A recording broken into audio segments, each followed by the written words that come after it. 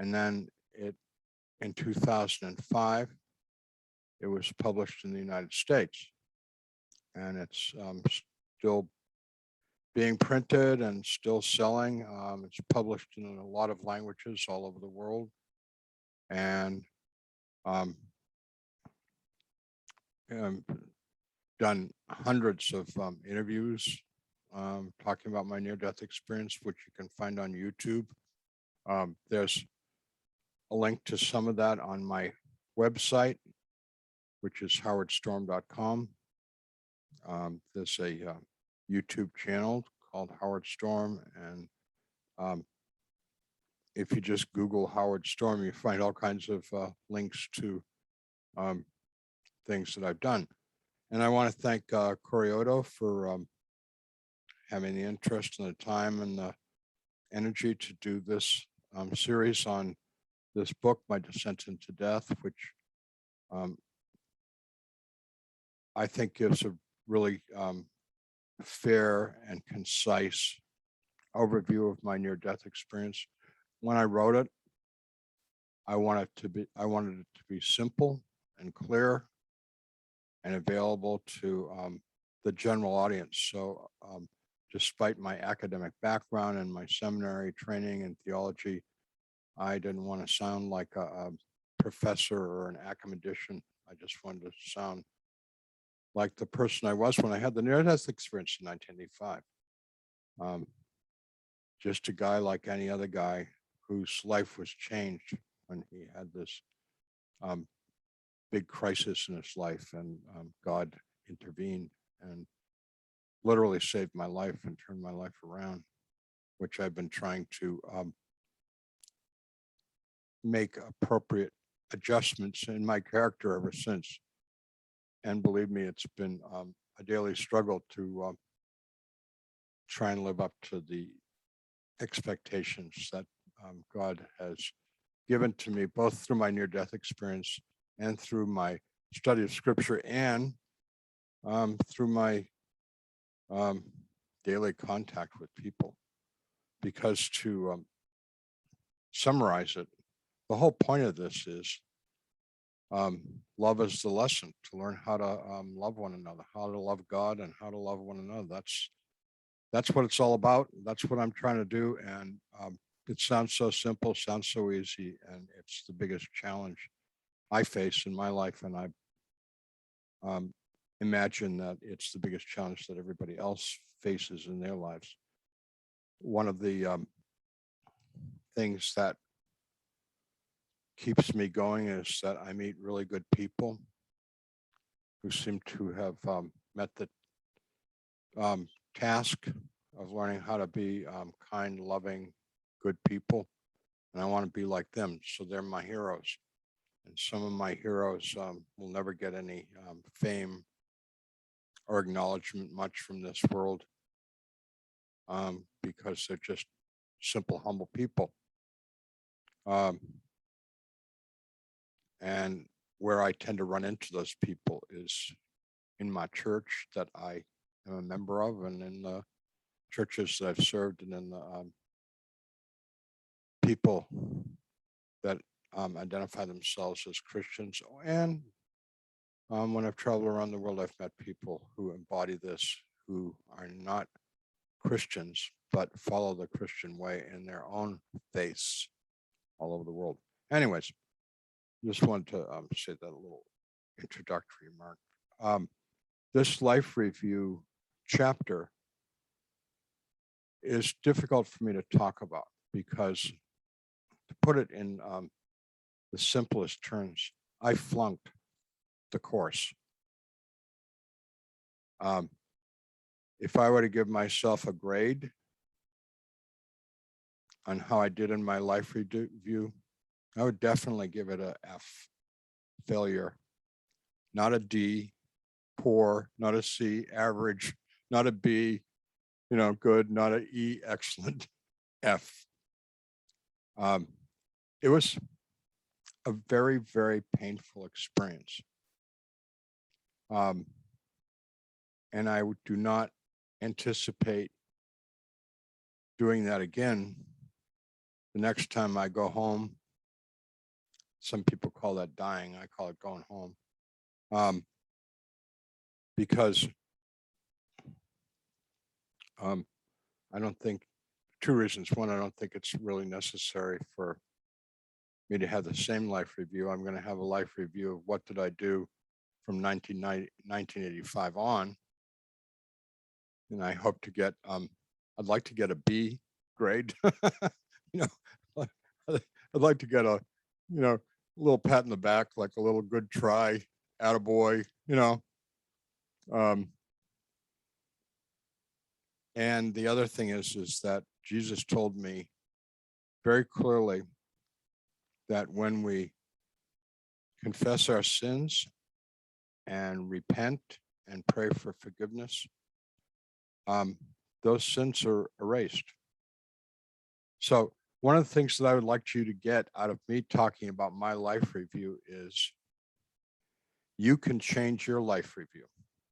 You can edit it, just like it were a videotape. You can go in and snip out the parts that you confess and repent and ask forgiveness for. You can take them right out of your life review. That's really good news. You can clean it up. You could do it today. So you could edit it down and just leave all the good stuff that you remember and take out all the bad stuff. I urge you to do it because my life review took place. One, I was in the arms of Jesus holding me. And two, I was surrounded by a group of about 8 angels. I call them angels that Jesus told me had been with me all my life. We all don't have one guardian angel. We all have a team of angels. And they all have their specialities, and they all have their individualities and their own interests. So some of them are over our life for this particular characteristic and instance, and then others are involved in other things. There's people that are more knowledgeable about angels than I am, and I've read them with great deal of interest. And the ones that I know and respect and have read all talk about the team and how they work in different ways in our lives. And they're around, and they are intercessors for us. They are not our servants. They're servants of God, and they only do what God wants them to do.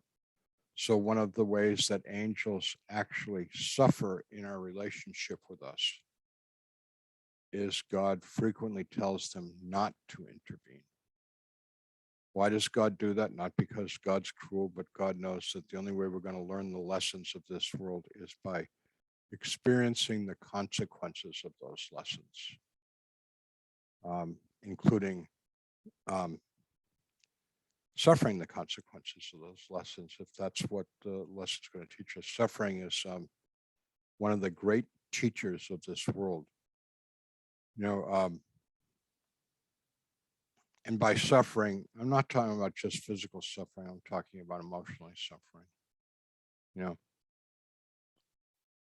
acts of cruelty produce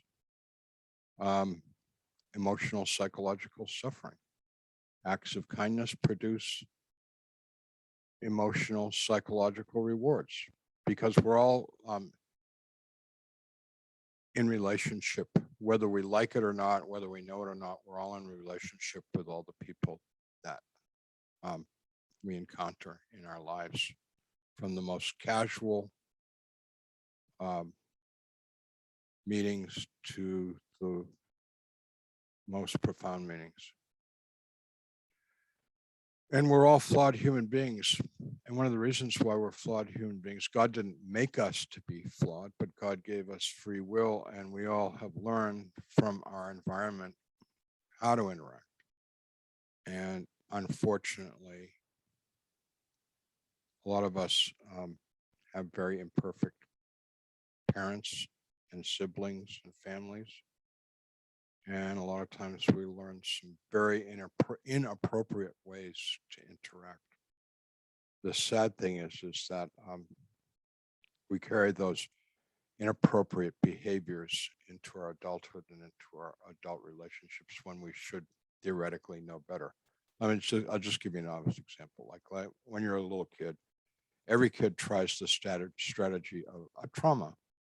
You know, throw a fit, get your way, you know, yell and scream and throw yourself on the floor and you know, pound the floor with your fist and, you know, refuse to listen to anybody and not get comforted and, you know, just act like a crazy person.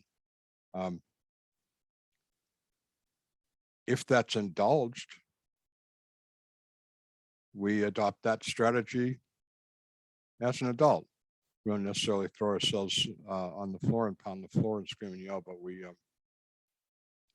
exhibit our anger in other ways. And I certainly was guilty in my life review of demonstrating my anger in very dramatic ways that terrified my wife and my kids and traumatized them. Anyways, so I want to go back to my life review, although I'd rather not talk about it, frankly. I'm going to do it anyways. So I saw when I was born, and I saw the happiness of my parents. My dad had come back from serving in the United States Navy during World War II. And I had two older sisters, which my father had seen very little of because he was in the Pacific when they were little bitty girls. And my dad really wanted a son, which is, you know, not untypical of men. They want to have a son to carry on the name. My father used to say that you're carrying on the name, you know, whatever that means. And I saw such joy with my mother and father when I was born.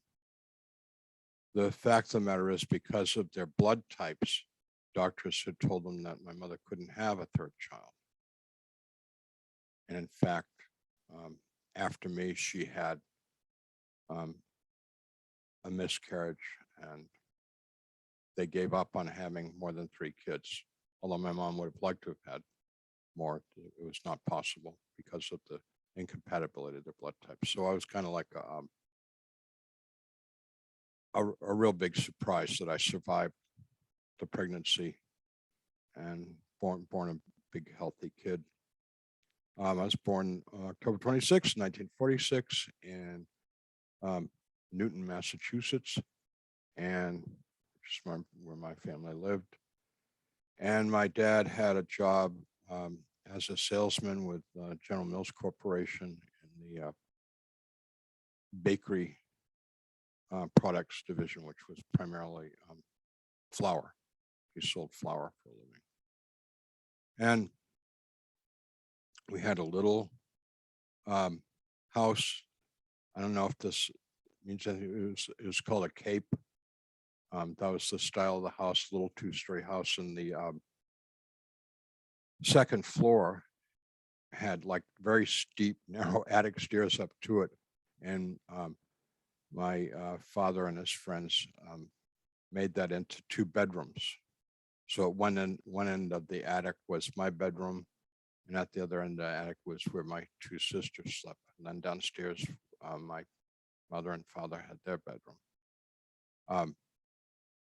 It was a cute little house, built like right after the war for the guys coming back from the war. So the suburb was like almost all veterans. and all about the same age and their families. So there were lots of kids, lots of interaction amongst the people. Um, Back in those days, like people didn't have cocktail parties. I mean, first of all, these were like people kind of struggling to achieve a middle class existence. These weren't wealthy people, and there were some people that didn't have automobiles. We were lucky because my father got a company car. He didn't actually own a vehicle, but he had a company car. So it was great because every 3 years you get a new car. So we were pretty cool. Get a new Ford every year. Um, just struggling to get by.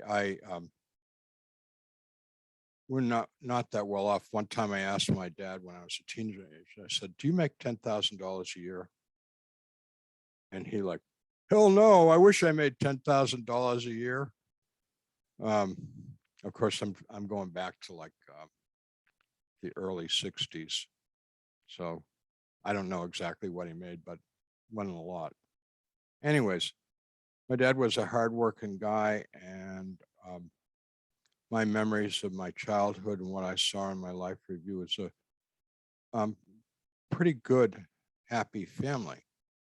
The only thing that I saw that was a little bit sour was my dad had been a Lieutenant JG in the Navy, and when he came back, he wanted to run the house by Navy standards. So he was a very stern disciplinarian, very stern. Just to give you a little idea of what it means is when we sat at the dinner table, he enforced you had to sit upright, no elbows on the table, and you had to eat your food square, which means you take a bite of food on your fork, you lift up vertically, and then you bring it horizontally to your mouth. Then you put your fork back down on the plate, leave it on the plate, and chew your food. And we had to eat every bite on our plate. We couldn't leave the table until our plate was clean. And the hard part was like my mom would serve us something like asparagus or broccoli, but both of which I like now. But as a kid, I hated them. I thought they tasted awful. And not only would I get that on the plate because neither my mother and father asked us what we wanted. I mean, it's just like the stuff was just put on your plate. But my mom would then give seconds, whether you wanted them or not, including broccoli and asparagus and things like that. So it was a happy childhood, and then things began to change. And what I saw happening in my life review, which I wasn't that aware of as a child, but this is what they were showing me, was my father got a promotion to being the sales manager of his division, which meant I think he had about 8 or 9 people working under him. And now he was the boss. And instead of like working kind of like 9 to 5, 5 days a week, now he was working like 7:30 to 7, 8 o'clock at night. A lot of times 6 days a week, sometimes 7 days a week, because he was so very quickly got very, very stressed out. Work. So like things that had been fun, which I saw in my life review as a kid, me and my 2 sisters working with my dad in the yard, raking leaves, mowing the lawn, trimming the grass with little hand clippers and things like that, going out for ice cream on Sunday afternoon, driving to some cool ice cream place and getting an ice cream cone, visiting relatives. We did a lot of visiting relatives. All that stuff began to change. And my father, before my near-death experience, before my life, I had no appreciation for what he was going through. None. I mean, basically, I thought my father just became a horrible human being, a monster. And I hated him for what he became. He had no patience. he was, the discipline got like really random and arbitrary. He started hitting me and my sisters a lot. And I'm talking about very frequently, not exactly daily, but certainly weekly, yelling, screaming, threatening, things like that. To say this was not endearing me to him is a gross understatement. What I saw was me hating him. So how did I respond to all this? I became more and more surly, emotionally disconnected from him. I mean, I'm saying, I hated him. And like, how could he not pick up the vibes, his son now, 10, 12, 13 years old was like not his buddy anymore. And things just went from bad to worse to more awful in our dysfunctional relationship. It was a real huge eye opener because he'd always been the perpetrator of all this badness, and I was the victim.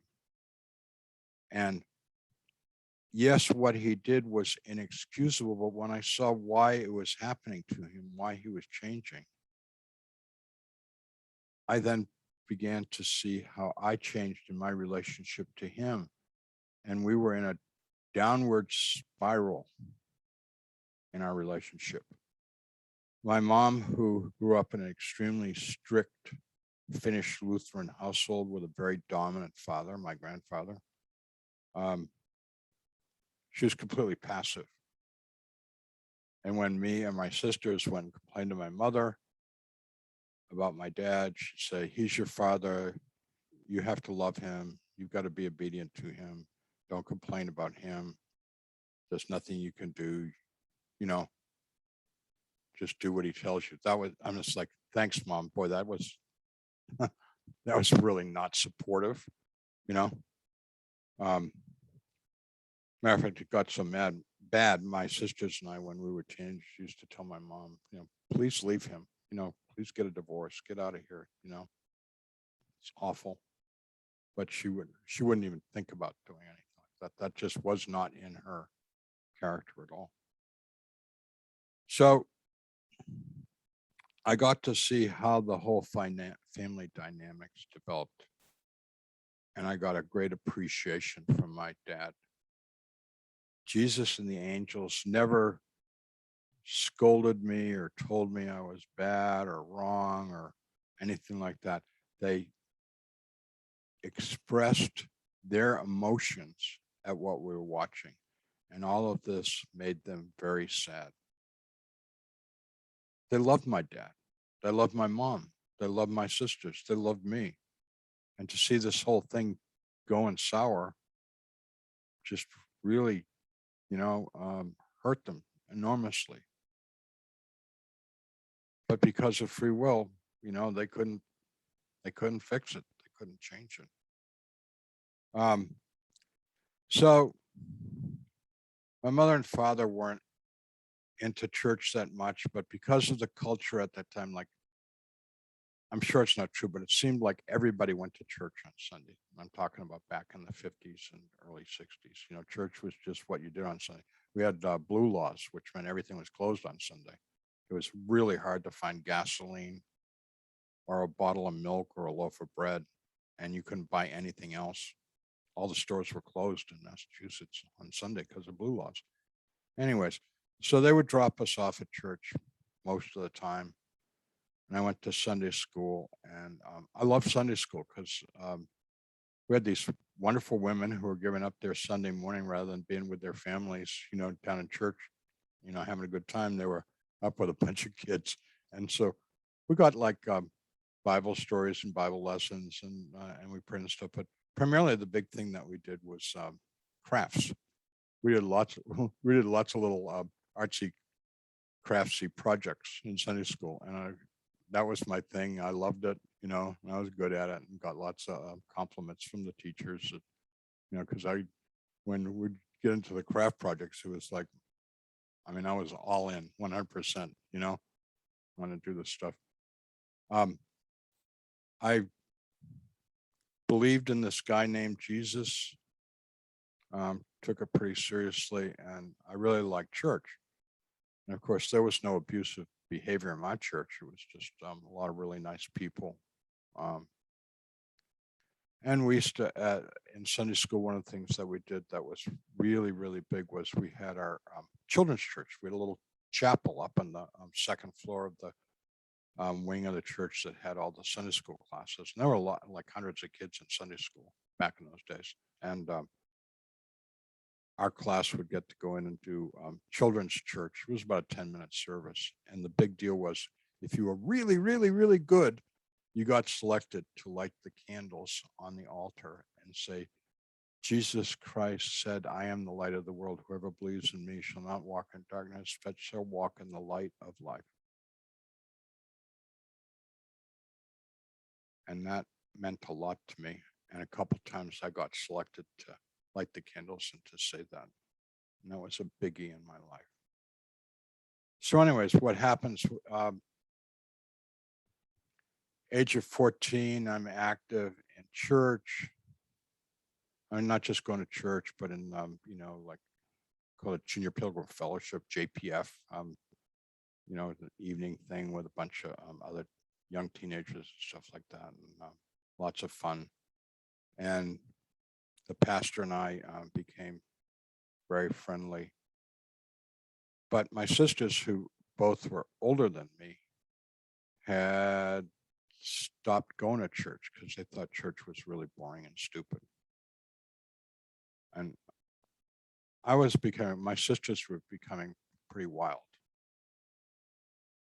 They were lying to my parents all the time and going out with dates with older guys, and drinking a lot, which my parents had no idea what they were doing.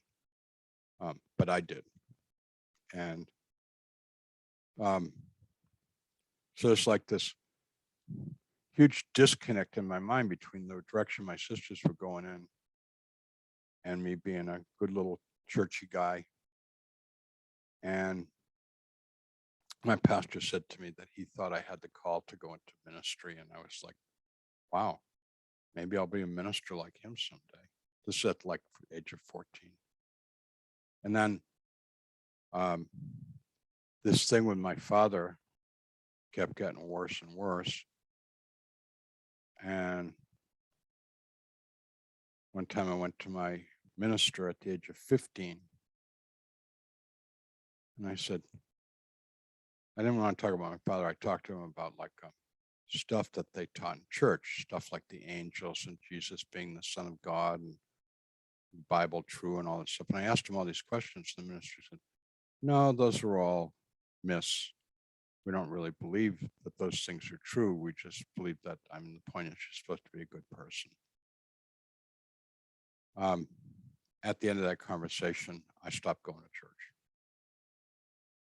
Because it's like, okay, church, how I interpreted that conversation, church is all a lot of hypocrisy. They say all this stuff in church, but they don't believe it. And if the point is to be good, I don't need to go to church to hear that every week or twice a week. I get your point.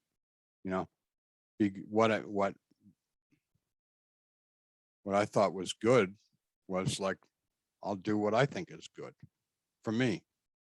Nobody's going to tell me what's good. Kissing girls and heavy petting, bad? No, good.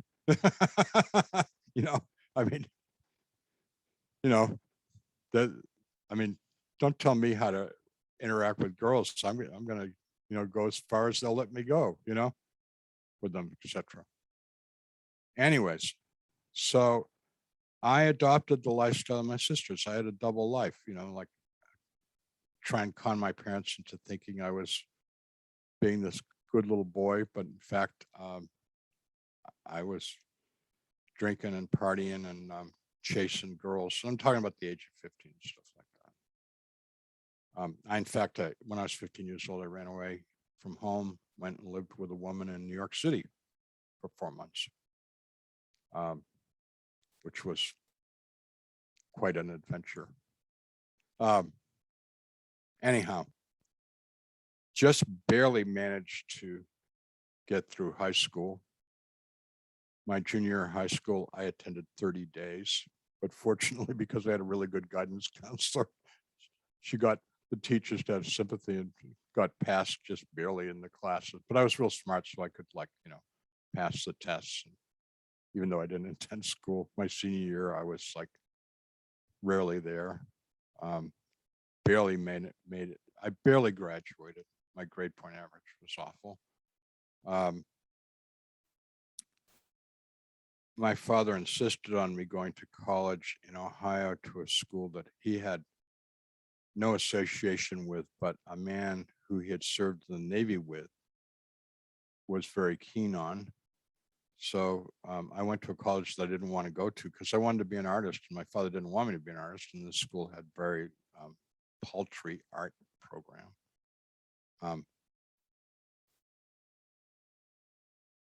I continued my wild lifestyle at college, flunked a whole bunch of classes because I didn't attend them. I mean, a sociology class I went to once and I never went back. I should have dropped it, but I didn't care enough to even drop it. I just like flunked it and stuff like that.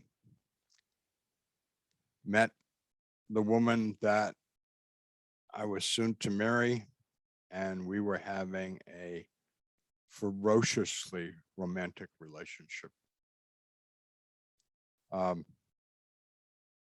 Trying to find places to have our intimacy was always a struggle on a college campus, but we managed to find them.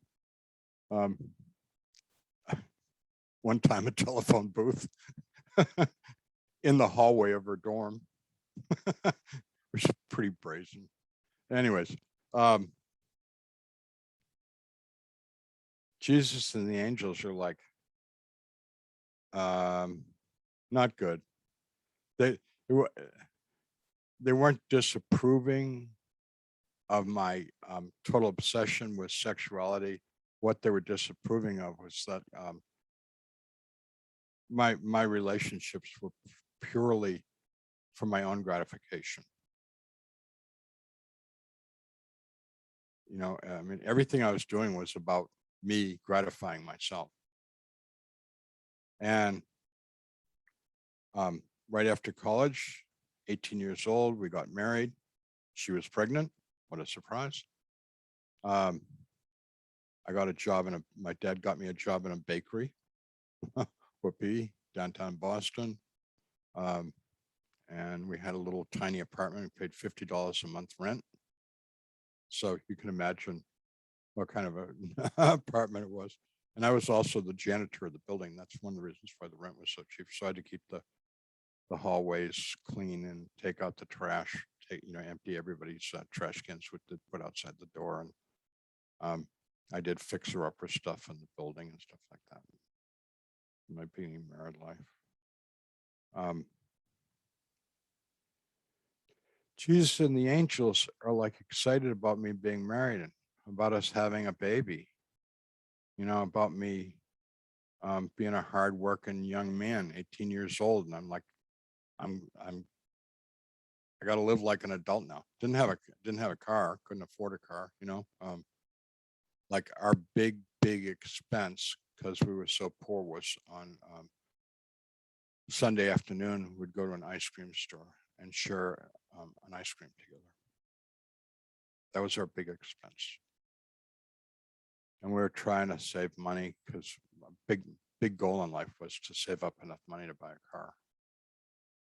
But at the time I was making $2.50 an hour. So we were actually saving a pretty fair amount of what I was making. One of the things I was good at the bakery, I was getting a lot of overtime, which up to my weekly paycheck. Anyhow, so Jesus and the angels are like, okay, family, fatherhood, hard work, you get, you're growing up, becoming a man, doing a good life. And then anyways, make a long story short, I decided I want to go to San Francisco, California to study art, which is, I wanted to be an artist. And everyone said this is like in the mid 60s, and everyone was saying San Francisco is like where it's at. Hello. You know, I wanted to go where it's at. And there were some artists out there that were doing the kind of, it's called Bay Area figurative art. And I wanted to do that. So we took all our worldly possessions in a $500 Ford, which was a total piece of junk. And everything we owned fit in the car. Baby, wife, and me. And I drove from Boston to San Francisco in 3.5 days. Didn't sleep a wink the whole time. It's a long drive, by the way. It's about 3,000 miles.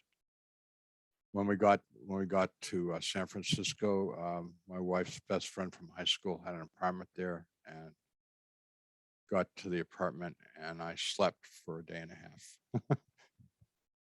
half. You know, that last day or two, I was just a zombie, you know, because I hadn't slept.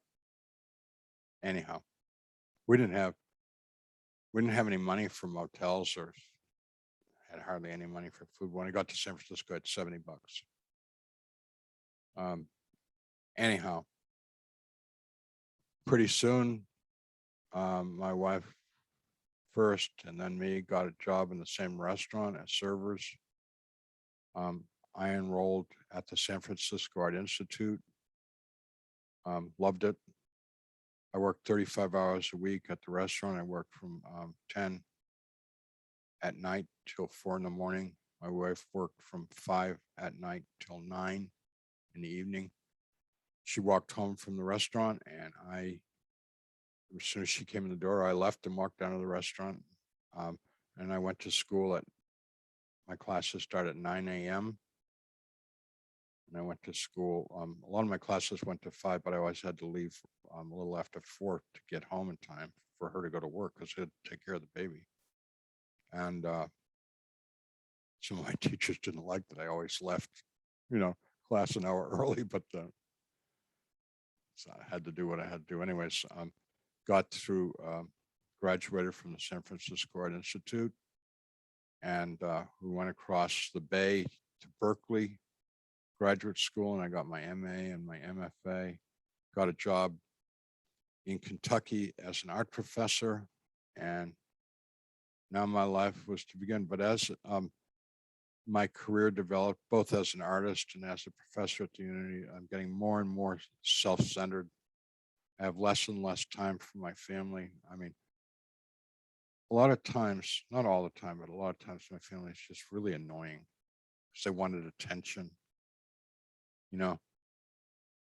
They wanted me to participate with them and play and do things that I didn't want to do. And I was too busy. I had art to make. I had my responsibilities. So I became the head of the art department and ruled over, with a pretty firm hand, ruled over a department of artists. And Jesus and the angels are like showing me and expressing to me with their feelings how disappointed and what a jerk I'm becoming. My philosophy was, it's a dog eat dog world, and you have to be the biggest, baddest dog to get ahead. So to say I was an A-type personality was, I was the poster boy for an A-type personality, and I got my way. And if people contradicted me, I'd threaten them. I was 6'2", weighed 230 pounds. I'd been a football player in high school and stuff like that. And I know how to intimidate people physically, and I used it, and I did it. I mean, it's real simple. Move in close and act in a threatening and talk in a threatening way, and people back down. Anyhow, I got nothing but disapproval from Jesus and the angels. The thing that neglecting my family was bad, and the other thing that I did that was really painful was I liked the students, but they were also annoying because they wanted more attention. They were, like they wanted to talk to me after class and, talk about their girlfriends and their boyfriends and like their mothers and fathers and their brothers and sisters. And like, I just found that all like, I gotta, I gotta listen to this crap all the time from these kids. Like, I'm not paid to be their counselor, but I'd sit there and like listen and, go, oh, that's too bad. Sorry to hear that. I don't know. I was, they were looking for an adult. Like I'm in my 20s. Okay. But to me, I was an adult. I was an authority figure. I was someone that would be sympathetic to them because I was their art teacher. And I acted the part, but I really wasn't into it. Just wasn't into it. I was just hypocrite. So the thing that's sad is I became what my father was, not with the cruelty, but just a big bad actor guy, an actor who acted nice, who wasn't nice. And that very much displeased Jesus. So as my life review's going on, I'm trying to get them to look at my successes, like promotions and awards and, prizes and things like that, and recognition and things like that. And every time one of those things would come up in my life, they would say, we don't need to see that. Those things aren't important. What we want you to see is how you treated your daughter, how you treated your son, how you treated your wife, how you treated the student that came to you for help. And in the life review, and you hear this from a lot of people that have had near-death experiences, you not only see these things and experience them, but you get to feel what the other people felt that you're interacting with. And that was really, really hard. And many, many times during my life review, I said to Jesus and the angels, I don't want to see any more of this.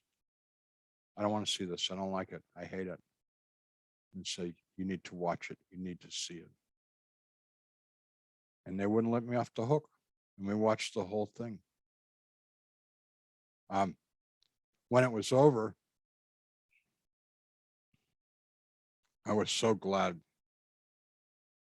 that it was over because I hated it. I really hated my life review. I realized that I had completely failed. So to put it as simply as possible, they had wanted me to be a compassionate, kind, caring human being. And I was not. I didn't break the law. I didn't go to jail. I paid my taxes. If you'd asked me if I was a good human being, I'd say, what do you mean I'm a good human being? Obviously, I'm a good human being. I'm a college professor. I got a house. I got kids. I got cars. I earn my living. I don't get nothing for free. Everything I have, I earned, the hard way through hard work. What do you mean am I a good person? Of course, I'm a good person. But that's not what they meant by being a good person. It's like what's inside of you, how much compassion, love do you show to other people? So I'm telling you, if you want a good life review, this is from the Bible, put the needs and interests of other people ahead of your own. That's what it means. And there's a lot of people in the world that do that, and there's a whole lot of people that don't. And how much money you make, and how big your house is, and how many cars you have, and where you go on vacation, and the jewelry and the clothing you're wearing doesn't mean nothing to God. Nothing. God doesn't care a bit about your displays of wealth or success. What he does care about is how you treat other people. beginning with your family and then going on to your work, your neighbors, the people that you run into. So I'm begging you, don't have a lousy life review. You're not going to like it. Have a good one. And I told you how to do it. So that's the end of that chapter.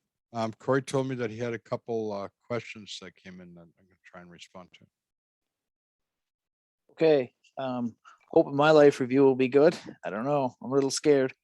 The questions were, one was about a gentleman asked about Darwinism. If you discussed that with Jesus or the angels, like the evolution.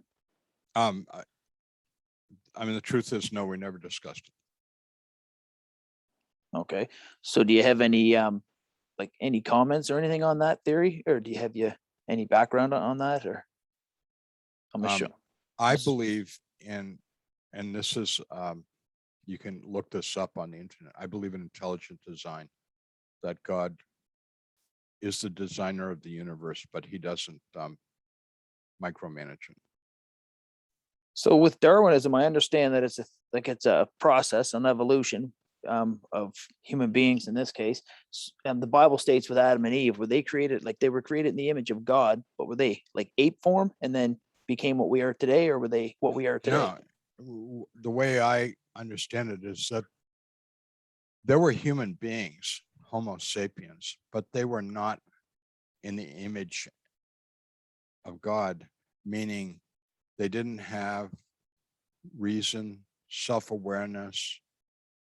They didn't know, they didn't have any of God characteristics. I'm talking about like intellectual, spiritual, emotional character. They were animals. They were Homo sapiens, but they're animals. Actually, I can prove that there were people around because, like, when Adam and Eve had 2 sons, they married. Where'd the wives come from? They didn't marry apes. They married Homo sapiens. Adam and Eve's wives were Homo sapiens. There were Homo sapiens on Earth. But anyways, but I do believe that God used this couple. And the interesting thing is that geneticists, modern geneticists, say that every human being on this earth came from the same mother and father. So would that be, you say there's Homo sapiens, so the sons and daughters of Adam and Eve, if they were to procreate with some of these other Homo sapiens that weren't in the image of God, would that not pollute the image of God, taking something that's not of God with something that is God? That's beyond my pay rank. I don't know how to answer that. Okay, on to the next one then, because I know you only get a certain amount of time. About free will, like this gentleman was saying that you and Emmanuel Sweetenberg both agree that children who die before becoming adults go to heaven. So does that eliminate their free will, or do they still have free will? They just haven't developed into it yet, or? Yeah, free will is one of the big ways that we are in the image and likeness of God. And by the way, animals don't have free will. There was a famous Russian psychologist called Pavlov, and he said that everything is stimulus response and human beings are just animals and everything we do stimulus response. Pavlov has been totally discredited now because we have free will and because we have a mind that's able to conceptualize things. People are quite unpredictable. You never know what they're going to do. You can offer a person a whole lot of money and they may or may not be tempted by it. You can put a gun to a person and they may or not be afraid of it. You just don't know what people are going to do because they have free will and they have God-given ability. Animals are I'm an animal lover. I got a dog. I've always had dogs, had cats and stuff like that. They are so predictable. I mean, a dog will do anything for a treat, anything, including jump off a cliff if you wanted them to. Pretty extreme, eh? It's funny though, because they will. The last thing was on the topic of hell. I'm just going to read you quickly what this gentleman states so that you can kind of understand what he means. He states he understood that hell exists because mankind was given free will. However, despite the knowledge, I have a really hard time understanding how it could have been a provision in God's plan. So the Bible says that people who go to hell after death go there forever because a great chasm has been set in place. Sweetenberg says that there's a dominant love that remains in each of us after death and never changes for eternity. So it seems impossible that somebody could exist forever in torment. So basically what he's asking, does Jesus have a plan to eventually redeem people from hell? Yes, not that everybody will be redeemed from hell, because some people will never accept Jesus's love. But the Bible says that when Jesus was crucified, he went to hell and he preached in hell and rescued people from hell. That's in the Bible. My experience was I went to hell. I called out to Jesus and he rescued me from hell. So like both from personal experience and from biblical knowledge. The other thing is that the word that's interpreted or translated as eternal, in fact, is a mistranslation. What the word that is translated as eternal actually means is for that amount of time. And that amount of time can mean a second, a minute, a day, a week, a year, a month, 1,000 years, 1,000,000 years. But when we think of eternal, we think of something with no end to it, like forever and ever and ever and ever. The Bible never, ever says that, ever. Look into it. So does eternity not exist then? How would I know? You'd have to be God to answer that. Yeah, true enough. The other thing, my brother Dennis and I, that's his name, he was we were speaking here and he asked me, he made a statement in the form of a question, I guess. He asked me, he had reviewed your videos and other people's near-death experience videos. He used Eben Alexander, the neurosurgeon that had a near-death Yeah. experience. He Yeah. wanted to know how come each person that he's studied, how come each one seems so different? Like you guys don't all have a very similar near-death experience. I figured it was just because we're individuals, right? We don't all have the same life experience. Yeah, you pretty much it. It's not only are we all different, but when we come back, the near-death experience is ineffable, which means, I mean, you see and hear and experience so much that can't be understood and can't be expressed. But we want to talk about it. We want to put it into words. We want to understand it. Everyone comes back with their own cultural upbringing and their own background. Because my experience was with Jesus, even Alexander, as far as I know, didn't have any experience with Jesus. His was with a butterfly. I'm not trying to put him down. I'm just saying that's what I understand from his experience. Anyways, I got totally interested in Christianity, totally interested in the Bible. As soon as I was able, I started going to a Christian church, joined the church, got very involved in the church, and within 3 years was ordained a lay minister.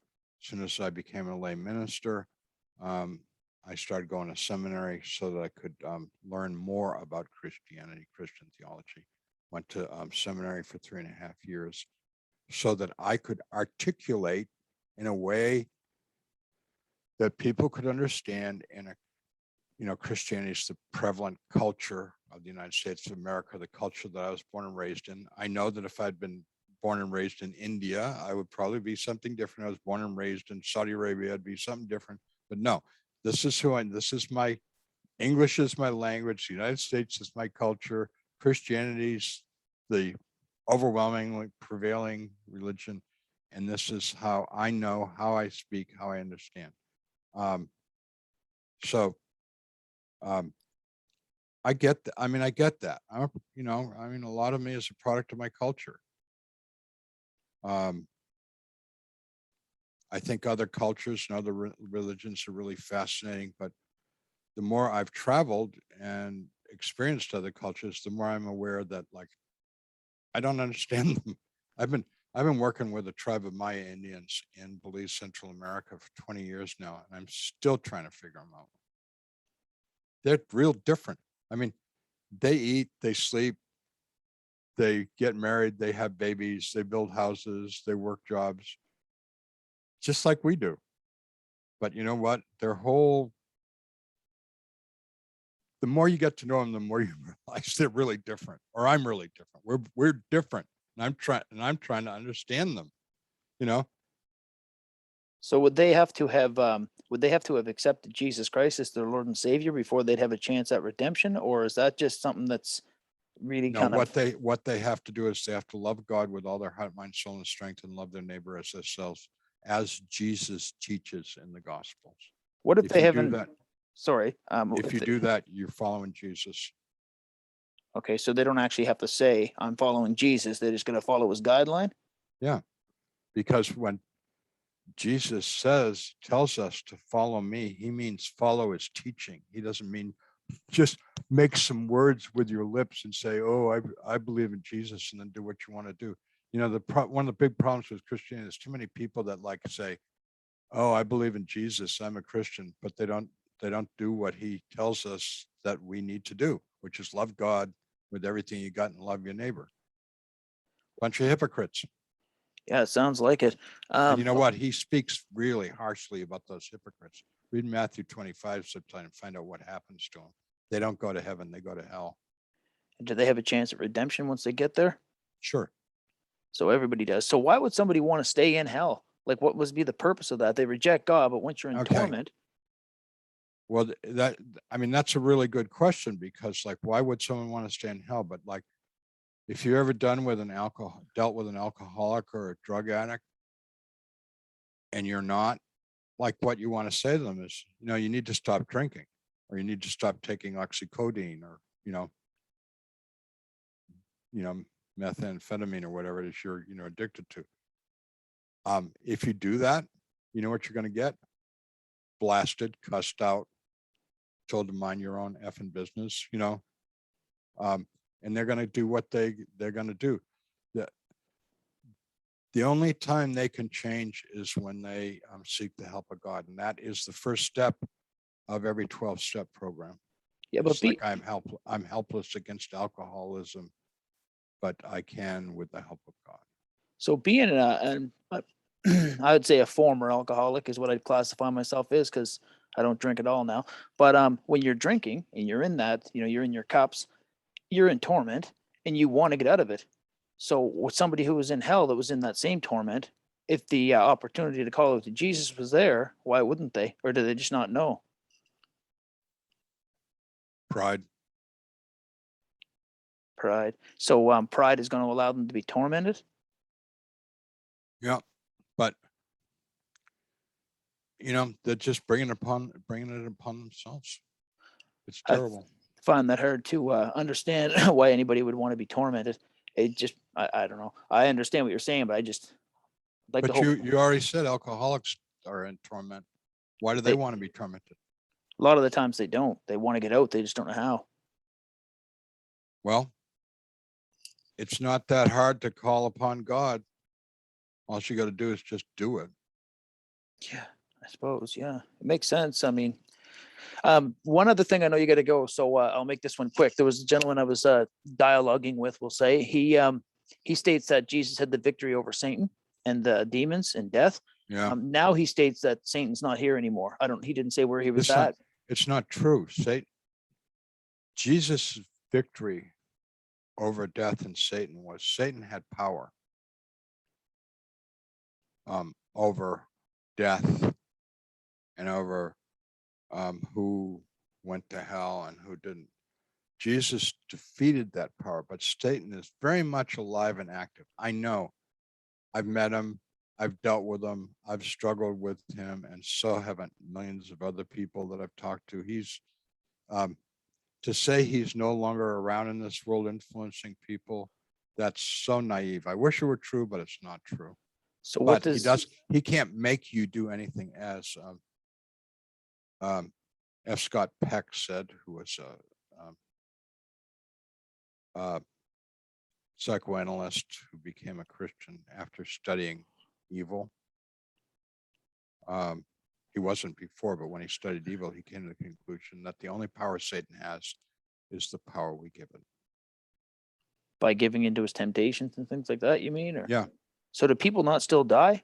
Like you say, he had power over death, but Jesus defeated that. Do you mean spiritually? I died. The minute I died, I came to a greater life than I've ever had before. Understood. So, does our physical body die, but do we die? No, we get resurrected. Okay, that makes sense to me.